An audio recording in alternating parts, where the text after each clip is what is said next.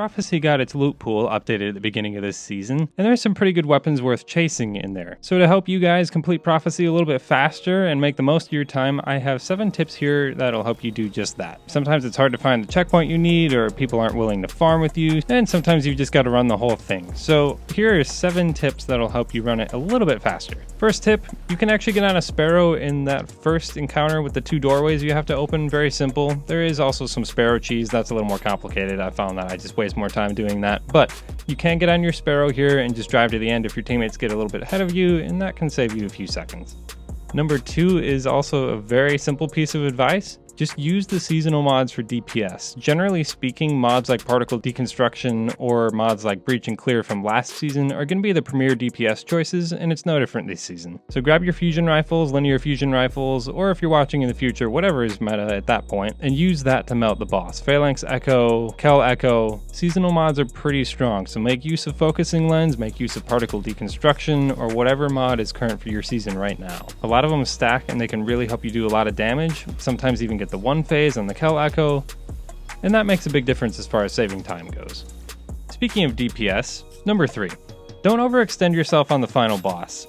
What I mean by that is just move carefully, avoid his teleport attacks, kill the hobgoblins, don't let yourself get mowed down by them, they can really stack up, and just do consistent damage on the boss. I know it's really easy to want to push for that 1 phase, but oftentimes when you do that, that's going to result in mistakes, and then if you wipe, that's just going to set you back further. So do all the damage that you possibly can on the first platform. He's there for a really long time, and then after he starts progressively teleporting further along the tunnel, just work very methodically, kill those hobgoblins, don't let them stack up on you, and make sure to avoid those teleporting attacks. For this encounter for this season, I would just run 2 fusion rifles. I'd do Cartesian Coordinate with Vorpal or something like that, and then a linear fusion rifle. Personally, I do a linear fusion rifle first when he's on that first platform because it's a little bit easier to hit him, he's not moving quite as much, and it's not quite as chaotic by then. And then after he moves and I've emptied out my ammo for my linear fusion rifle, I switch to my regular fusion rifle because it's just much easier to land your shots under duress. So yeah, I know it sounds kind of counterintuitive to say be extra careful when you're trying to go quickly, but if you're careful, it can really save you a lot of time in the long run if you don't end up wiping.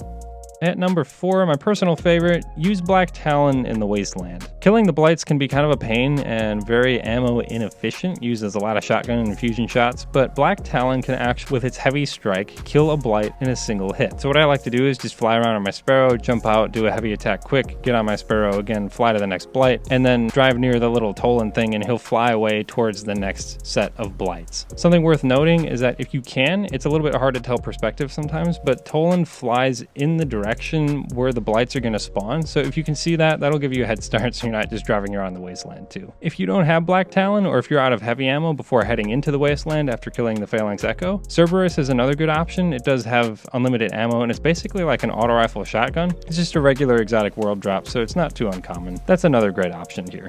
Number 5, for cube room, I use TQ's Divination and a shotgun to take care of knights. TQ's Divination is fantastic for the hobgoblins because you can tag them and then just get them with that explosive shot. It's a very quick, it's a very easy kill, it's kind of hard to miss, and it's also great for the acolyte because of how good the ad clear is from the explosions from TQ's Divination. And then if you combine that with something like a recombination heritage shotgun, that'll be really great against knights. Recombination gives you extra damage for 1 shot if you get a bunch of energy kills with your other weapon. Otherwise, if you don't have something that fancy, any shotgun will do.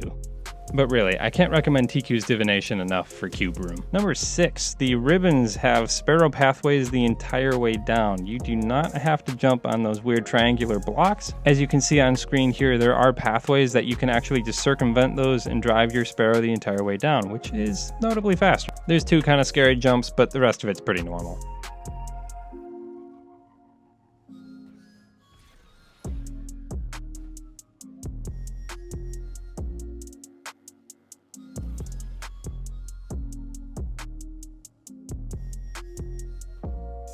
And for number 7, Stasis is great for crowd control while Void is good for survival. I think Void is great for survival if you're a hunter, you can go invis, or if you're Warlock, you can use Devour, and of course you have the barrier melee if you're a Titan, and then you can do Ward of Dawn.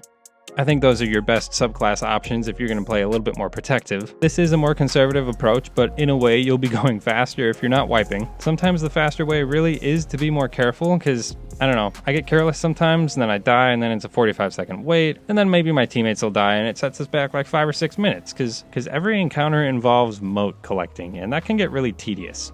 So you definitely don't want to be dying and wasting time that way. As far as stasis goes, that is a great way to control ads, whether it's just Duskfield grenades. Hunter Revenants are great for this. Shurikens bouncing and killing all the Scions is super helpful, and of course there's always Warlock with the Bleak Watcher turrets. And a bonus tip before I go, I know some of you guys are solo players and may not like to hear this one, but if you can, try to communicate with your team.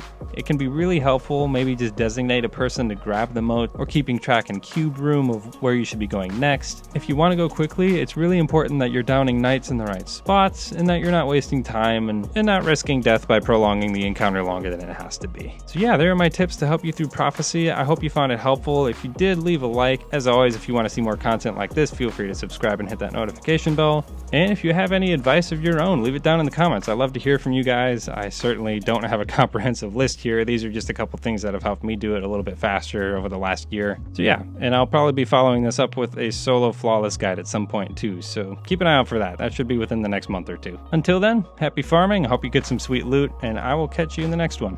See ya!